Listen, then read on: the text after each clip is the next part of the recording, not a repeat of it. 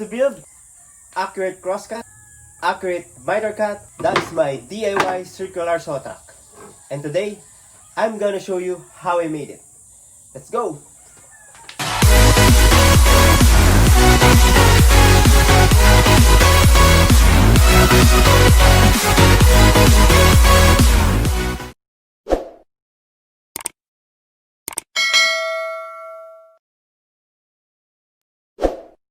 Ito yung mga gamitin ko sa pag-create ng aking circular saw truck.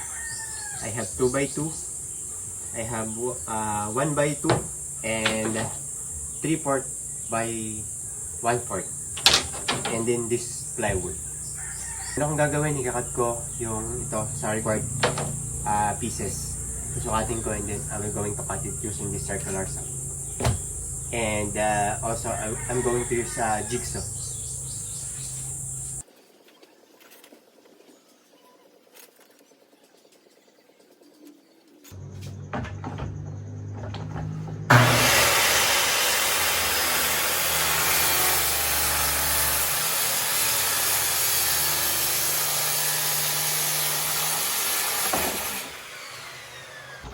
Cut ko na yung pinakang base ng aking circular saw truck. So, ganito siya kalaki. So, I can cut a bigger piece of plywood here. As you can see here, meron ako dito router, flange router. So, gagamitin ko siya para may kabit to. So, I need mag-cut dito ng space using this one para sa clamping ng mga piece na aking ikakat. So, dito yung magiging clamping mechanism ko. So, parang kinakat ko is secure, especially sa mga small pieces. And, gagamitin ko na siya. Let's go. I need to cut this para maging guide ko dito sa aking flange router. And then, later on, ito na rin yung gagamitin kong guide ko for my circular saw truck.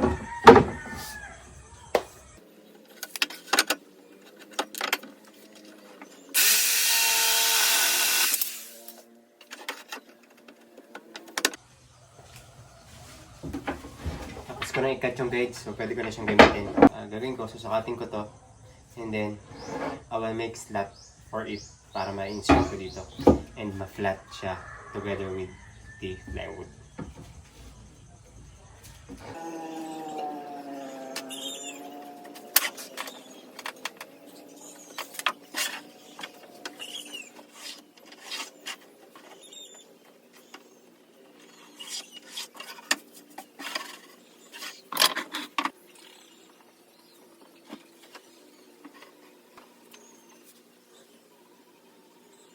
Na ako mag-setup ng gate ng aking flange router, and magbabawas na ako ng slot dito.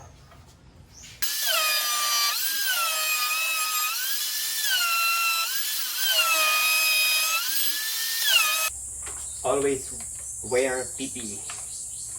Masyadong dusty.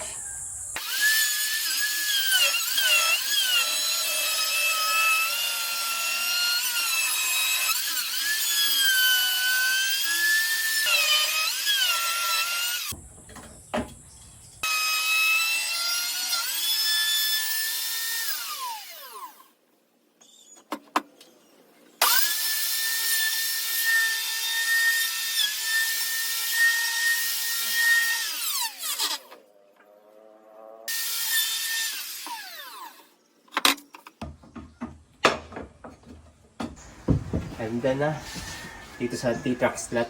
So, next step is i-fix ko na siya dito. Ito lang yung medyo matagal gawin kasi I have to route this out. Wala na router. So, gumamit ako ng router. Nag-setup pa ako.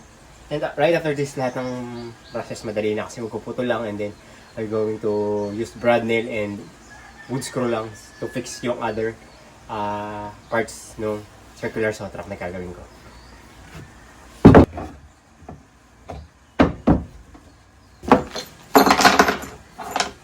I have this also, yung clamping system na gagamitin ko.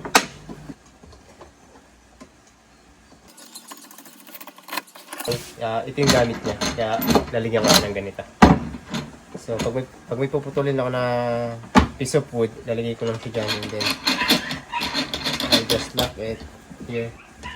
So, once na nakalock siya, hindi na siya magagalaw. Kailangan mo na i-fix to. So, hindi na siya gagalaw pag nilako siya. Okay. No, screw kasi is tumagos. Medyo manipis na yung seat nung T-slot ko. So, lalagay ako ng ganito para merong stopping block yung screw.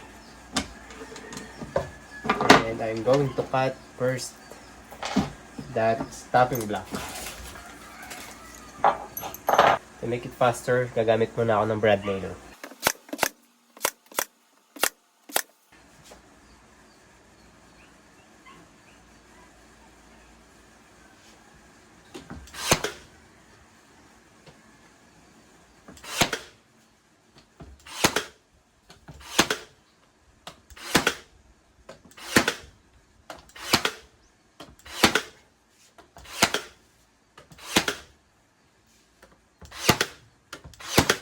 Later on, maglalagay na ako ng wood screw para mas matibay.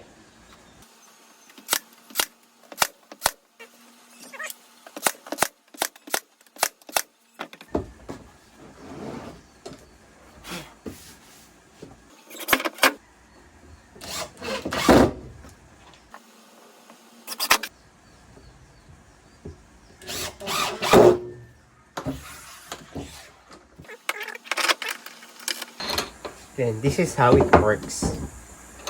Yung gamit niya. Pag may puputulin ako na kahoy, papatong ko lang siya dyan.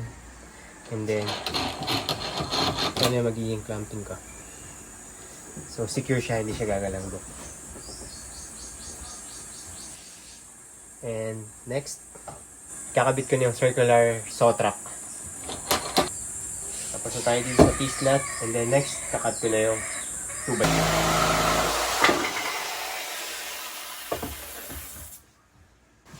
Cut ko na siya. Next step, i-fit ko na siya dito. I-fix ko na siya dito.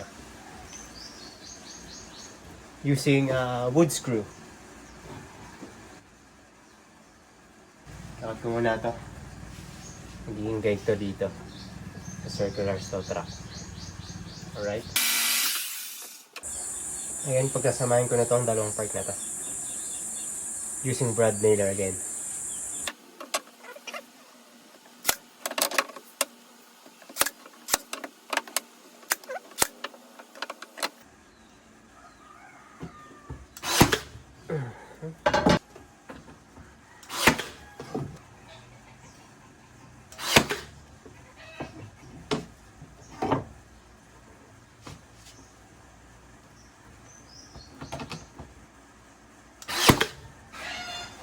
Then I will put this here.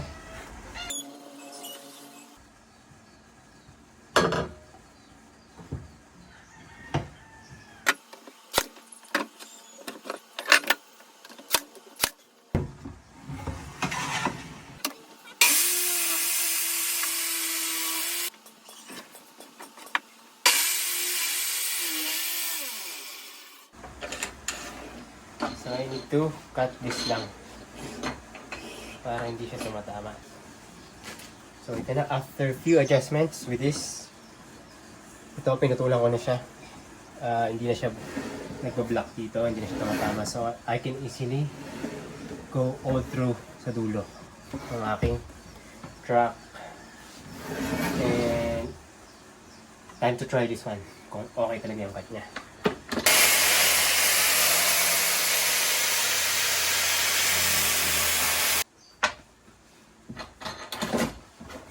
And this is the first cut. Okay naman, diretso naman siya. I-fix ko na siya, gagamit ako ng wood screw. Tapos na ako maglagay ng truck, and then pwede ko nang gamitin, pero crosscut lang. And next kong gagawin, gagawa ako ng miter cut guide. So gagawa ko nitong guide para makakreate ako ng 45-degree angle cut na mabilis.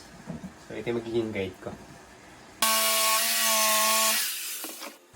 Meron na akong guide, and then lalagay ko na siya dito. I-fix ko na siya using brad nailer.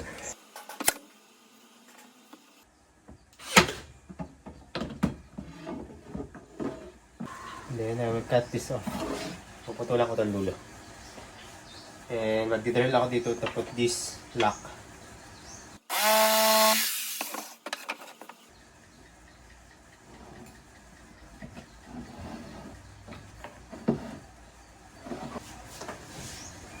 Then I will drill hole.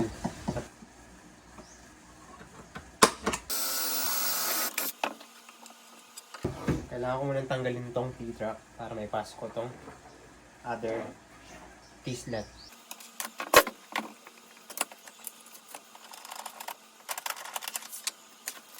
So, kailangan ko ng extra clamp. I can use this.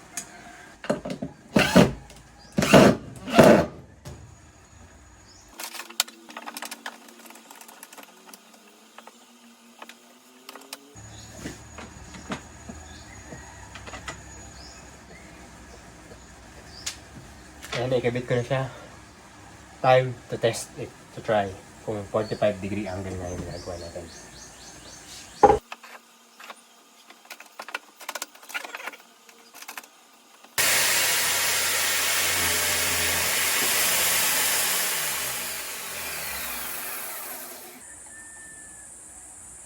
It's perfect. Perfect 45-degree angle. And I'm done with my circular saw track. Pwede ko na siyang gamitin sa mga upcoming projects ko. Don't forget to subscribe on my YouTube channel. Please like this video. And also, leave a comment below kung may suggestion kayo na pwede kong gawin. Keep safe everyone, and thanks for watching. Bye-bye!